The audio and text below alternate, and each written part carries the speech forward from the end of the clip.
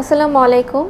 আমি ফারাহ দিবা, senior dietician হিসেবে আছি Labaid cancer hospital and super speciality সেন্টারে। কনসালটেন্ট ডায়েটিশিয়ান হিসেবে আছি ইনসাফ বারাকা কিডনি অ্যান্ড জেনারেল হসপিটালে।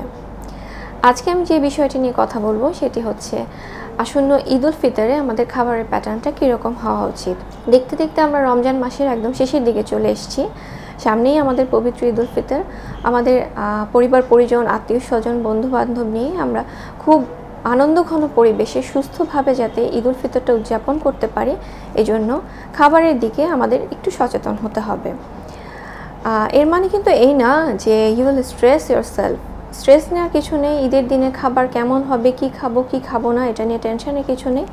আপনার বাড়িতে যে খাবারগুলোই তৈরি হবে তার মধ্য থেকে আপনি সবই খেতে পারবেন, তবে মাথায় রাখতে হবে অ্যামাউন্টটা, অর্থাৎ পোর্শন সাইজটা মাথায় রাখতে হবে এবং আপনাকে খাবারটা নিতে হবে মডারেশনে, অর্থাৎ পরিমিত পরিমাণে। এক্ষেত্রে অ্যাজ এ ডায়েটিশিয়ান আমি বলবো ঈদের দিনে খাবারের সিলেকশানে এবং খাবারের গ্রহণের ক্ষেত্রে যেই বিষয়গুলো মাথায় রাখবেন তার মধ্যে তিনটি গুরুত্বপূর্ণ বিষয় হচ্ছে, এক নাম্বার হচ্ছে আপনার প্ল্যান। অর্থাৎ ঈদের দিন দেখা যায় অনেকেই আমরা বাসায় থাকি, আমাদের বাসায় গেস্ট আসে, আবার অনেকে আমরা দেখা যায় আত্মীয় স্বজনের বাসায় সারাদিন অ্যাটেন্ড করতে হয়।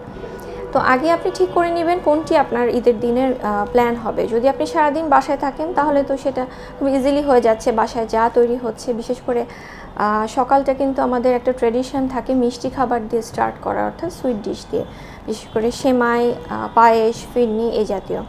এগুলো সবই নেওয়া যাবে, আমি কোনোটাই না করব না, তবে অ্যামাউন্টটা খুবই কম পরিমাণে হবে যেহেতু মিষ্টি বা সুইট ডিশ এগুলো এবং ক্যালোরিটা ডেন্স।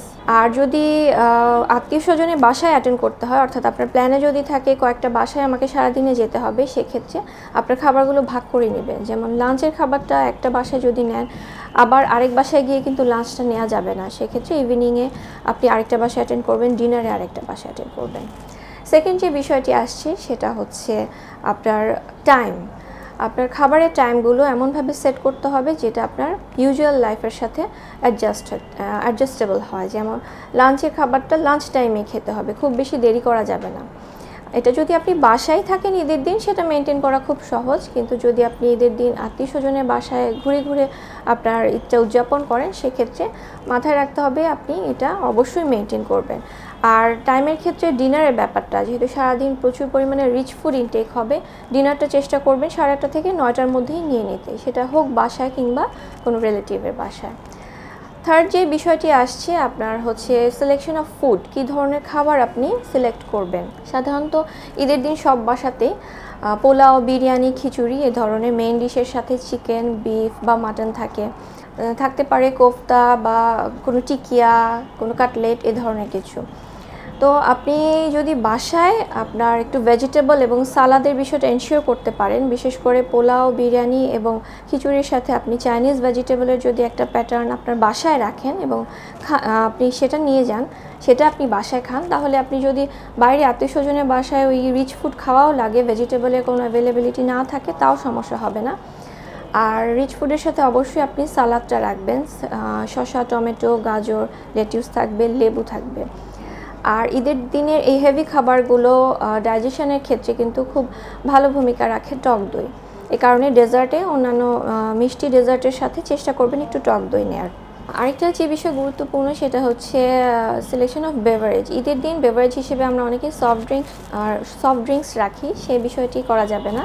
সেটি না করে আপনি যদি বোরহানি, মাঠা বা লাবাং রাখেন, সেটা কিন্তু আপনার ডাইজেশনে খুবই গুরুত্বপূর্ণ ভূমিকা রাখবে, আপনার ইনডাইজেশন হওয়ার কোনো চান্স থাকবে না।